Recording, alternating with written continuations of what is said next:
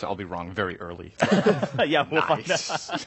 Yeah, but I mean, in general, even at ESL in Frankfurt, people were saying it was a little bit of a surprise Empire couldn't make it through and show up to play, of course, at the main event. But there has been a lot of high expectations for the team, I think, not just from you, but from a lot of people that have been following the team quite well. But again, I think you bring up a good point. Of course, first of all, it's top 16 in the world, like for TI, every time you know it's going to be the top tier of the top tier Dota. And at the same time, we discussed this yesterday, right? 2 weeks of events. It's very different from whether it's a 3-day line event or like a 3-month season event. Teams are going to adapt. They're going to have ample time to adapt for teams that usually don't perhaps do well at kind of the weekend lands, we could say. At the same time, teams like Team Secret, when you have that bullseye on your back, you have to have a lot more prepared when you're going to play that many more matches. So that'll be something exciting. For the main stream, now we will be going into LGD versus Cloud9. We already talked a little bit about LGD. Where is Cloud9, though, right now? I mean, obviously Cloud9 has a pretty big following in general, just because of brand name and also players. But at the same time, some people feel that maybe that kind of following hasn't really been met with the same expectations and results recently. I chatted a little bit with Conrad, and he seemed very comfortable that their team was in a good place after ESL. ESL probably not the best tournament for them. Bone 7 wasn't with them for the preliminary part, and then they got eliminated in the first round. And, you know, that's probably not good for your hopes if that's your last land going into TI. But, yeah, they seem very comfortable. I actually have a lot of faith in this team. I think Cloud9 is going to be top 8 and probably top 6, even though historically they've been, you know, a little bit hit or miss. But They were 6th last year, right? yes, they are matched up versus LGD in the first round, so I think that is the match to watch. Okay, fair enough. We already talked about the 3 matches going on today, but just in case some people weren't able to take a look at the entire top 16 before we move on, let's take a quick look at the groups before we jump into our matches, of course. Group A, so we did have the 2 wildcard teams, so let's talk about that. We had CDEC and then MVP Phoenix yesterday seeding into Group B and Group A, respectively, and then you can see the rest there. Some people arguing that Group A perhaps a little bit harder, but you know, not by a huge margin. Tiny bit.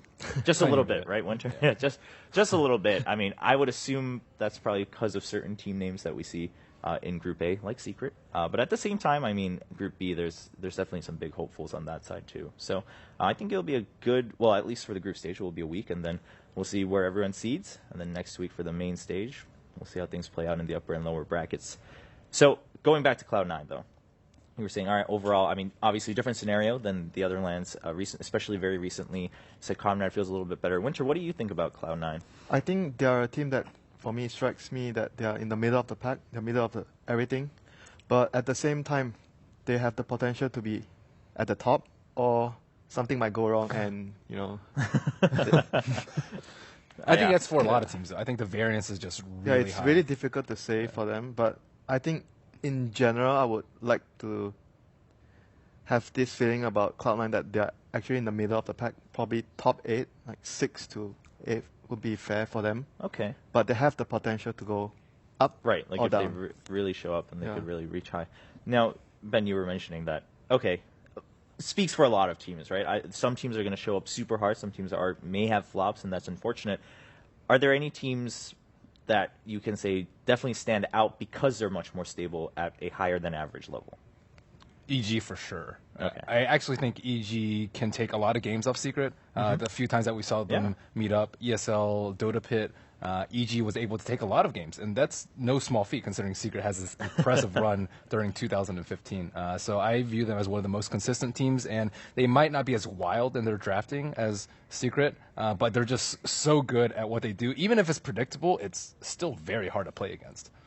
Yeah, and in addition to that, so the whole matchup at ESL, which is of course the last time we saw EG playing against Secret, at least in a LAN setting. It is the last time we saw them play. Yes, in a LAN setting for sure. That series went to 4 out of 5 games, and I think the 4th game EG actually had under control, and then they made a crucial mistake, and Secret took full advantage of that. But that series could have easily gone 5 games, and then who knows, right? I think those two teams are very closely matched, even though Secret has won the last couple of times. So I would definitely agree. Secret and EG are the 2 standout stable teams. And I would have put Vici Gaming up there if not for the last month, or the last 2 months, I guess. The last 2 months, they just haven't been looking as stable as they used to, because before that, they were like always top 3. And we'll see if they bring it back this year. All I right. think they will. So Cloud9, we talked a little about that. Of course, LGD, you guys mentioned kind of why people are expecting them to be the best. Now, TI, though, obviously this is where most players will say they put it all on the line. I mean, this is where it all comes down to. This is a moment that every player has been living up to. And we've had a chance to meet players from all of the teams, of course, before TI has kicked off. But for our very first match, we've got a little bit of a highlight for one of many people's favorite players on Cloud9. It's going to be No-Tail.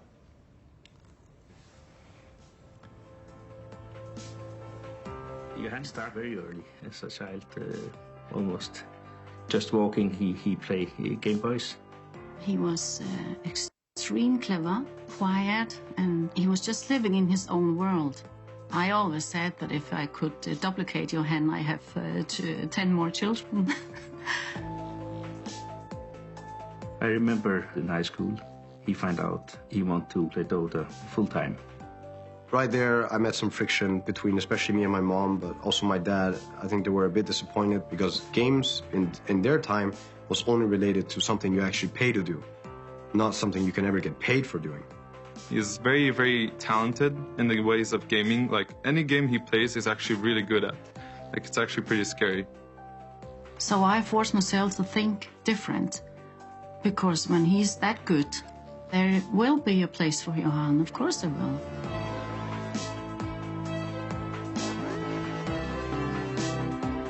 In a game like Dota, you need to have a clear mind to do the right decisions.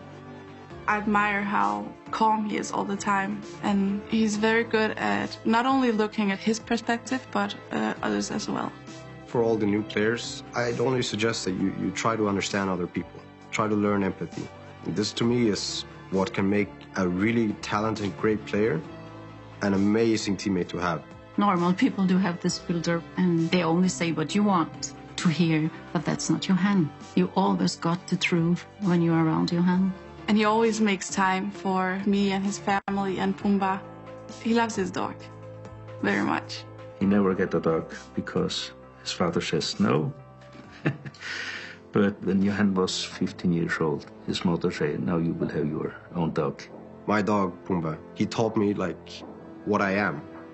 In today's world, it's all about presenting yourself to be something that you probably aren't. Like you're not this person that goes to party every weekend, but you want to look like this person. You can't do that kind of facade to a dog. You can't be fake.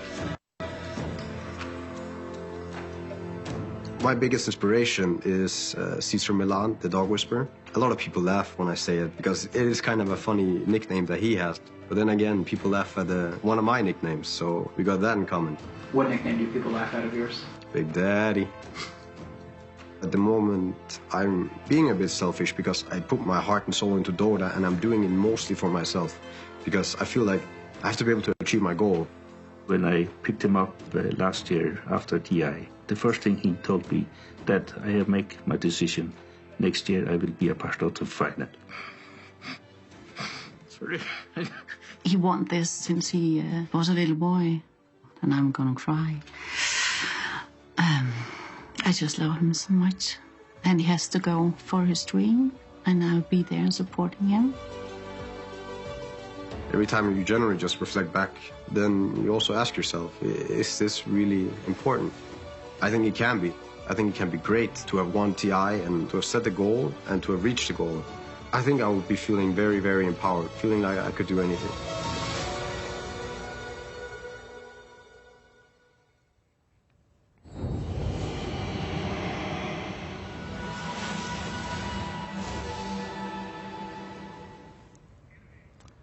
That was No-Tail of Cloud9. And yeah, I mean, quite a story. Of course, I mean, No-Tail, he's been known to have a lot of quotables, you know, in his career throughout. But I mean, he said some really impressive things. I think the way he put it, one thing that really struck out to me was we all talk about it, but how he said back in their time, gaming was the thing that you paid to do and not something that you could ever get paid to do.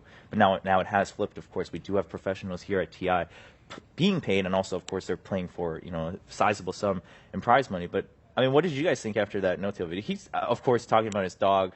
I mean, he's a likable guy after that video. He's such a good role model. I think the overall vibe that I got from the video is like very happy. Everyone around him is just, you know, very exuberant and relaxed and calm and happy, and that's just a great thing to have in a Dota player.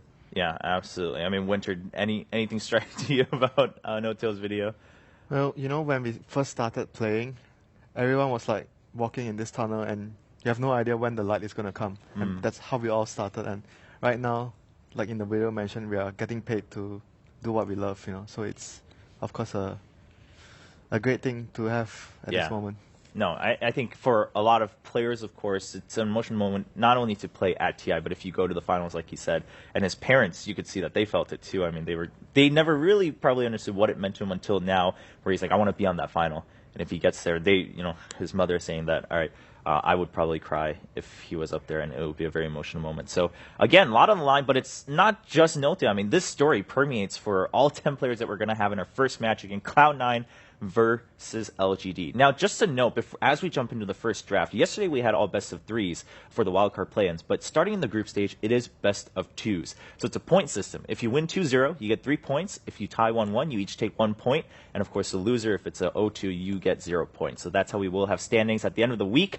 Draft has started for our very first match, LGD versus Cloud9. This is how we are kicking off TI5 Day 1. Let's jump into the draft and see what we're going to find out. If we see anything new from either of these teams, we saw some interesting things during the wildcard play-ins yesterday.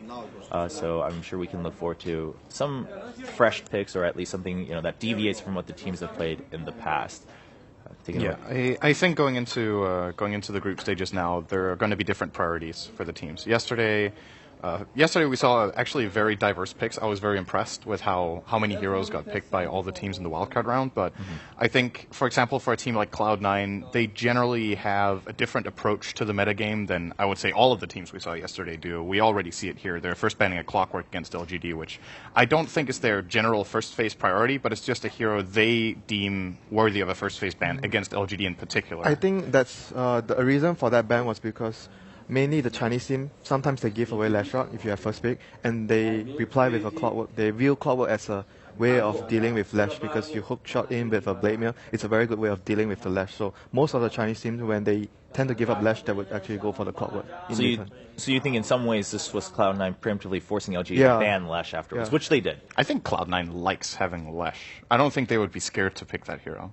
I think that's the reason why, because they banned it to force a Lash ban. Yeah. Right. Yeah, okay. So they banned it because they figured maybe LGD has that trick up their sleeves because the Chinese teams tend to. All right, well, that's a nice look into it. Afterwards, we do have SF and then Nagasiren being banned out, and Undying first pick. Pretty surprising for Cloud9. That is surprising for me.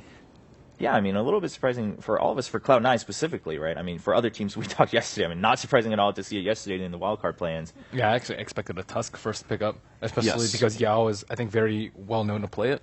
I'm surprised that they gave it away, but I think Bone7, again, we discussed this before, he has a little bit of an unconventional view as to how to approach picks. He picks unusual offlaners for himself. He picks Envy, sometimes pretty unusual carries. I think they like, tend towards stuff like Luna a lot, even when she's not very popular, and even very different mids for Fada. So overall, their draft is going to be a little bit unpredictable. Yeah, and it's one thing that LGD play good Tusk, but I think Cloud9 do as well. They love playing it on no-tail. Yes. They are going to let it go and get the Queen of Pain instead. This looks like what could potentially be the makings of an aggressive dual lane. The Quap Undying lane is actually very powerful. Quap plus Undying is very strong. Even against a lane that is like a Gyros lane, Quap and Undying could potentially deal a lot of damage in the lane if LGD somehow have a very weak lane support with the Gyro. Okay, well, Winter, yesterday we talked about, I mean, especially 3 of these heroes, right? Undying, Gyro, and then Quap, as you guys just mentioned. But what does Cloud9 need to either pick or ban here to make sure that they can secure that setup for the Undying? Or do they now just worry about that separately? All right, we've got that duo set up, then let's look at how we want to round out the rest of the team.